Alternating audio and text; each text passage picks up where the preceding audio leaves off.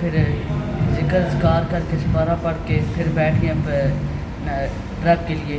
پھر پریپ کے لیے تقریباً 10 بجے تک پریپ ہوئی ہے. پھر جمعے کی تیاری کی ہے, جمعہ پڑھنے کے لیے.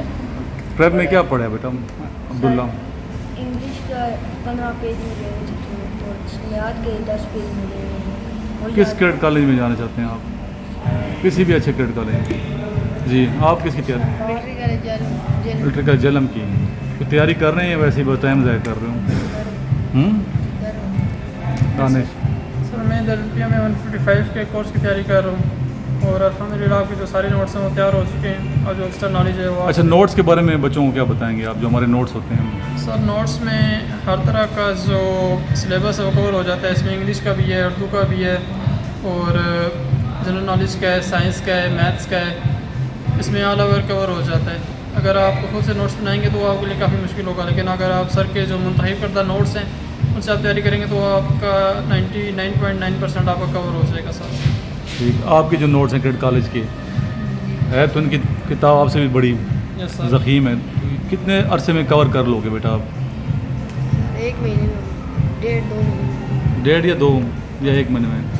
2 مہینے. 2 مہینے بعد اکتوبر میں ٹیسٹ ہے آپ کو. کیا پلاننگ کی ہے ہیں؟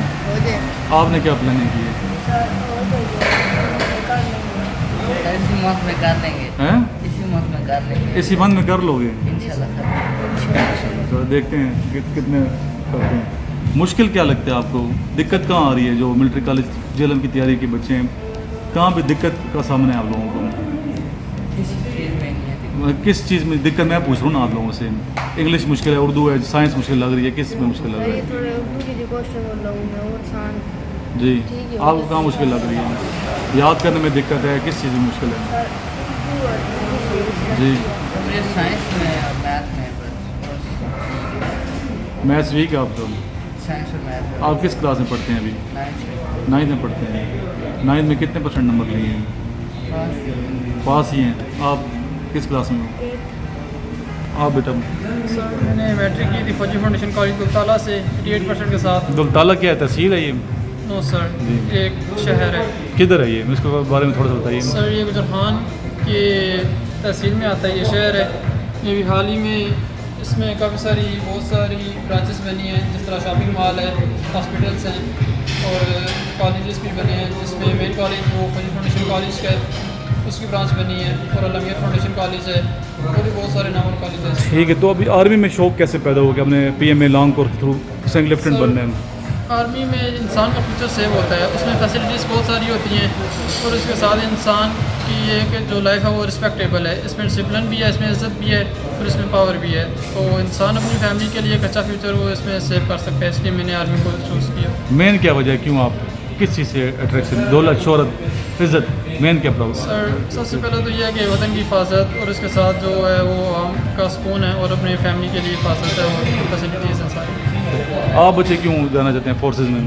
کیونکہ عزت بھی ہے, رسپیکٹ بھی ہے بہت سی اور فیوچر بھی بن جاتا ہے بندے کا. اور شوق بھی بہت, میں نے ایک ڈرامہ دیکھے تو مجھے آرمی کا شوق. کون سا ڈرامہ؟ اسپیہان ڈرامہ تھا, لیڈیز کا تھا, آرمیز کا, وہ میں نے SPR کا ہوگا. ٹھیک. جی آپ بچے؟ سر وہ مستقبل کیڈر میں بن جائے گا. ایک اور ڈرامہ گجرانوالہ میں بنا تھا, عہد وفا. عہد وفا دیکھے آپ نے؟ جی سر دیکھا ہے. ٹھیک. آپ نے کیوں کس سے انسپائر ہو کے جا رہے ہیں کریڈٹ کالج؟ بچپن سے یہ شوق فوج میں جانے کا, یہ اچھا مطلب اچھا لگتا ہے جانا. آپ کے ابو بھی آرمی میں ہیں؟ ابو نے شوق پیدا کیے. آپ کے والد صاحب فوج میں؟ میرے والد فوج. آپ کے والد فوج میں تھے, سویلین MES, وہ بھی آرمی سے ریلیٹڈ ہوتا ہے. چلیں بیسٹ آف لک, اللہ کرے کہ آپ سارے جتنے ہمارے اسٹوڈنٹس ہیں سارے سلیکٹ ہو جائیں.